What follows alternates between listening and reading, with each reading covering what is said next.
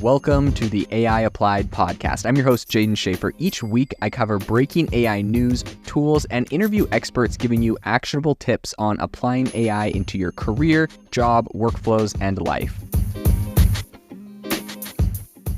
Make sure that you go to aibox.ai, link in the show notes, to join the waitlist for our new AI platform. We're going to be launching an incredible platform that allows you to build anything you want with workflows in AI. So you're able to chain together ChatGPT and image generators and audio generators to make really powerful apps for your organization, or you can host them on our marketplace and actually generate royalties from them. So make sure to go to aibox.ai and join the waitlist. In addition, if you like the podcast, if you could do me a massive favor and please leave us a review on Apple or Spotify or wherever you listen to your podcast. This helps me be able to get better guests on here as they check the reviews to see how you guys are liking it. So if you could please do that, I would really appreciate it. A company using AI has just raised $65 million led by SoftBank, the famous software investor. So today on the podcast, we're going to be diving into who that is, what they're doing with the money, and what the implications for the industry are. So Tractable is the company that has just snapped up the $65 million.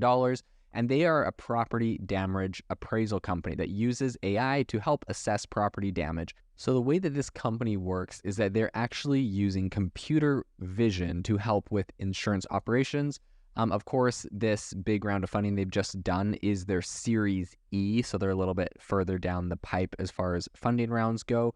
And they had SoftBank's Vision Fund 2, which pitched into this. They also had Insight Partners and Georgian that pitched in. So this is a London-based company which processes a very impressive $7 billion in claims every single year.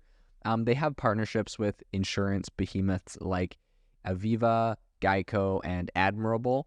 And they have established themselves really as a trailblazer in AI-powered damage assessment for cars and properties. So I think the freshly infused funds that they've just raised here are going to help to fuel its existing operations, while also really just catalyzing deeper forays into one of the largest markets, which is Japan. So I think that this is also going to really empower them to incorporate state-of-the-art AI advancements to broaden its scope from just insurance appraisals to repairs, maintenance, and sales of scanned items. So really kind of taking it in a whole other direction and to the next level. So the CEO and founder is Alex Daliak, and he shared his vision in an email interview recently to TechCrunch. And he said that the quote-unquote breakthroughs in generative visual AI will allow us to generate synthetic visual data that can accelerate the AI feedback loop. He also emphasized the potential for large language models, conversational AI, and multi-model AI, and creating an expert AI that can essentially, assess your car and home, but also converse and advise you on the best way to repair, protect, and sell your two most valuable assets, which is your car and home, right? So Daliak also highlighted the surge in property appraisals for natural disaster recovery in Japan, and he anticipated a 10x year-over-year volume growth in its automotive aftermarket vertical because of pandemic-induced labor and parts shortages. So the timeline, really the timeliness of Tractable's diversification, I think can't be overstated. The landscape has become way more competitive since it began. There's rivals like UVI, ProveStation, Raven, Claims Genius, Innovation Group, and many others offer a very similar kind of remote assessment tool. And so I think just 2 years ago, Tractable raised $60 million, and that brought its valuation all the way up to $1 billion. So, that was a big number. And now in the second round, they barely were able to, outraise that by about $5 million. I think that really kind of shows where the market is at now. It's obviously much more competitive. When you go to a whole nother round, when you go from all the way to the Series E, you would expect to have a significantly higher amount raised. Only being able to beat that by $5 million, I think, is indicative of the market overall. So I think as, Daliak, he kind of remained coy about the current valuation, and he alluded to a push-pull dynamic due to the deceleration of late-stage growth rounds and also the acceleration of VC investments in AI.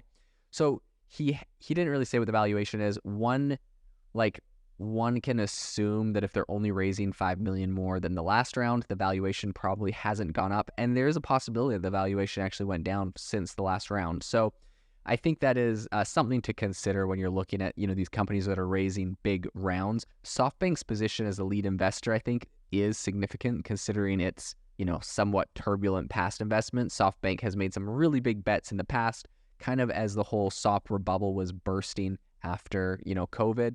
And so I think that the current move marks a comeback for the company in the VC arena. The investment director for SoftBank's investments advisor expressed her excitement to collaborate with Tractable's team, and she really underlined the immense potential for AI technology to disrupt various different sectors. So looking forward, I think the Japanese market with its tech-savvy consumers, really robust insurance sector, and a pressing need for automation appears to be ripe for Tractable's AI solution. I mean, time will tell if they're able to scale there as they're hoping. But I think the investment represents a really strong position for them. The startup has, some strategic opportunities to deepen its foothold and navigates Japan's complex enterprise ecosystem through collaboration with SoftBank, right? SoftBank is based out of Japan. And so I think that this might be just a great play for them. Daliak hints at the essentially untapped potential of integrating Tractable's technology earlier into vehicles' life cycles, so not just in damage assessments after an accident, but he actually believes that Tractable's tech can expedite vehicle repair, production, and recycling, while also providing, valuable manufacturing feedback insights from the road. So I think despite being unprofitable currently, which is not a good sign for a company, right? This is not the time you want to be unprofitable. It makes it incredibly difficult to raise a round of funding, incredibly difficult to continue. And so I think despite that, Daliak remains optimistic about Tractable's journey towards profitability. He admitted that the VC-backed sector's ability to turn profitable is being tested amidst the current interest rate environment. But with SaaS margins, of their business being fairly robust, Tractable is nearly there on EBITDA break even, he said. So I think that this is definitely a positive sign for the company, the fact that they're close to EBITDA break even.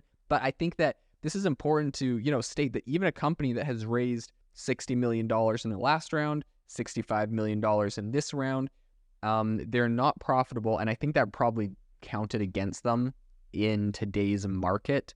When they're trying to do another raise. Honestly, I wouldn't be surprised if their valuation declined from their last raise. People are like, oh, they're being coy, not saying their valuation. Like, no one doesn't share their valuation if the valuation didn't jump up a ton, right? You'd be like, oh man, our company 10x its valuation. Don't you wish you got in on this round of funding? Maybe you can get in on the next one, right? Like, that's the narrative you'd be spinning if you saw something impressive. And perhaps even a small increase in valuation isn't very impressive because, investors are obviously looking for 10 or 100x on their money, although growth rounds are slightly different. But I think the fact that they're not talking about that is pretty indicative of the state of the company. And I mean, it's not just the company. It might be a great company, but the state of the industry overall. That being said, we've seen the ability for even very large companies like Facebook and Google and others to cut a lot of costs and see the profitability of their company increase quite substantially. Their stock market prices have gone up when they've made those moves. And so I think for a company like Tractable to not be doing that to achieve profitability is dangerous. Like, I'm not 100% sure what they're going for. I'm happy they were able to raise their latest round, but had they not been able to pull that off, obviously they would look very foolish not being able to achieve profitability post, a $60 million round of funding. So I think time will tell how they continue to play out, if they're able to achieve profitability, and if their new endeavors in Japan are as profitable and successful as they hope. If you are looking for an innovative and creative community of people using ChatGPT, you need to join our ChatGPT creators community. I'll drop a link in the description to this podcast. We'd love to see you there, where we share tips and tricks of what is working in ChatGPT. It's a lot easier than a podcast, as you can see screenshots, you can share and comment on things that are currently working. So if this sounds interesting to you, check out the link in the comment. We'd love to have you in the community.